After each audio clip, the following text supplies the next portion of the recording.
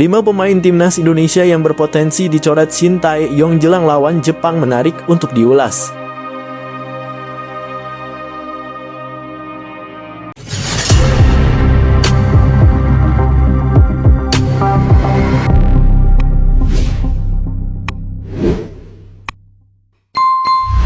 Perjalanan timnas Indonesia di grup C babak ketiga kualifikasi Piala Dunia 2026 zona Asia akan berlanjut bulan depan. Pada matchday kelima, skuad Garuda akan menjamu timnas Jepang di Stadion Utama Gelora Bung Karno, SUGBK, Jakarta pada 15 November 2024. Dalam duel itu, pelatih timnas Indonesia Shin Tae-yong dipastikan bakal menurunkan pemain terbaiknya.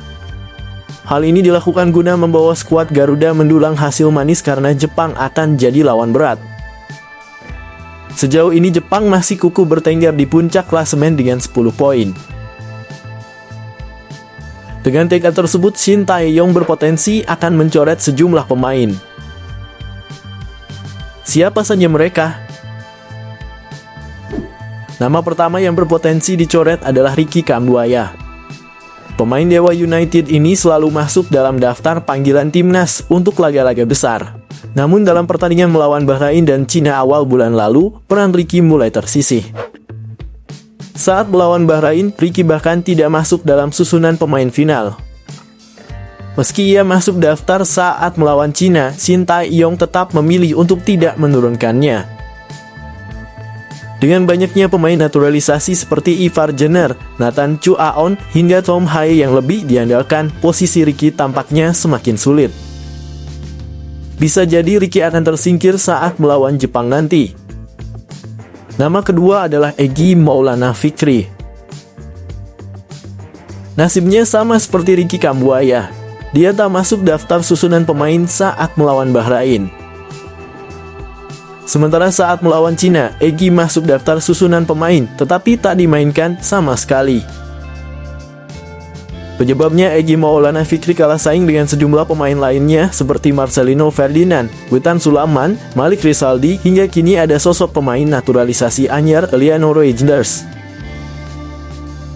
Kini dia pun bisa saja dicoret Shin Tae-yong saat melawan Jepang. Di urutan ketiga ada Hoki Caraka.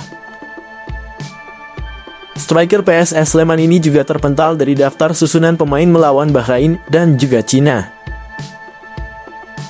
Shin Tae-yong lebih memilih memasukkan Dimas Derajat ke dalam skuad. Hoki Caraka juga kalah saing dengan Rafael Struijk dan Ragnar Oratmangun. Kini perannya diragukan bisa dipanggil Shin Tae-yong saat melawan Jepang. Tetapi Hoki Caraka terus berusaha membuktikan diri bisa jadi striker tajam.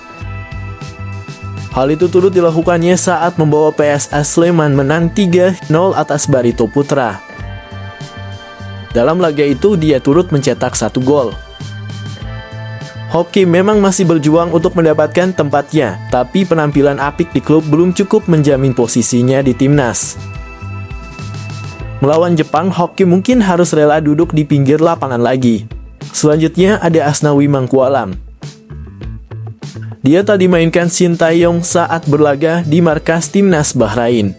Tetapi kalau melawan Cina, Asnawi dapat kepercayaan lebih dari sang pelatih karena dimainkan sebagai starter bahkan mengemban ban kapten. Tetapi Asnawi Mangkualam tak tampil apik saat melawan Cina. Usai laga dia bahkan ramai mendapat kritik. Kini Asnawi Mangkualam pun diragukan bakal dimainkan saat melawan Jepang karena dirinya juga tengah mengalami cedera. Dalam unggahan teranyar klub Asnawi Mangkualam, yakni Port FC, disebutkan bintang timnas Indonesia itu mengalami cedera hamstring. Asnawi diperkirakan membutuhkan 2 hingga 4 pekan untuk memulihkan cederanya. Hal ini terjadi kala Asnawi baru saja bekerja apik untuk Port FC dengan mencetak 1 gol. Terakhir ada nama Jordi Amat. Pemain yang juga kerap dipercaya Shin Tae-yong menjadi kapten timnas Indonesia ini juga berpotensi dicoret dari skuad saat melawan Jepang. Penyebabnya sama seperti Asnawi, Jordi Amat mengalami cedera. Jordi Amat sudah mengalami cedera saat membela timnas Indonesia melawan Bahrain. Mengalami masalah pada pergelangan kakinya, peran Jordi Amat langsung diganti Rizky Ridho di babak kedua. Demikian 5 pemain yang berpotensi tidak dipanggil oleh Shin Tae-yong untuk laga melawan Jepang. Dengan laga krusial ini, tentu Shin Tae-yong harus mempertimbangkan setiap keputusan dengan matang. Pertandingan melawan Jepang bukan hanya soal poin, tapi juga soal kebanggaan dan kemampuan tim kita untuk bersaing di level tertinggi. Mari kita nantikan bersama dan terus dukung Timnas Indonesia.